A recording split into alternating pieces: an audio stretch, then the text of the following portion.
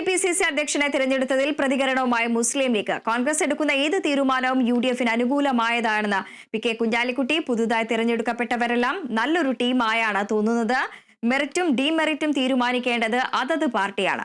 വന്നിരിക്കുന്നവരെല്ലാം തെരഞ്ഞെടുപ്പ് വിദഗ്ധരാണെന്ന് കുഞ്ഞാലിക്കുട്ടി മലപ്പുറത്ത് പറഞ്ഞു. വിവാദങ്ങൾ പാർട്ടിക്കകത്താണെന്നും അതിൽ അഭിപ്രായം പറയാനില്ലെന്നും കുഞ്ഞാലിക്കുട്ടി പറഞ്ഞു.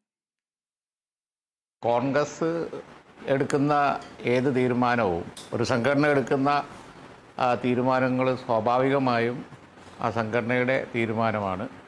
പിന്നെ ഇപ്പോൾ വന്നിരിക്കുന്ന ആളുകളൊക്കെ വളരെ പ്രഗത്ഭരാണ്.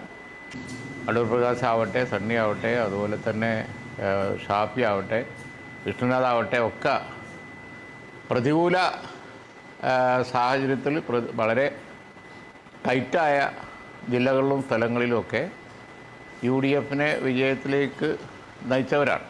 അപ്പോൾ അതുകൊണ്ട് തന്നെ തീർച്ചയായും നല്ലൊരു ടീമായിട്ട് ഞങ്ങൾക്ക് തോന്നിയിട്ടുള്ളൂ. ആ തീരുമാനങ്ങൾ എപ്പോഴും അറിയാലോ, ഒരു പാർട്ടിയുടെ തീരുമാനം അവരെടുക്കേണ്ടതാണ്.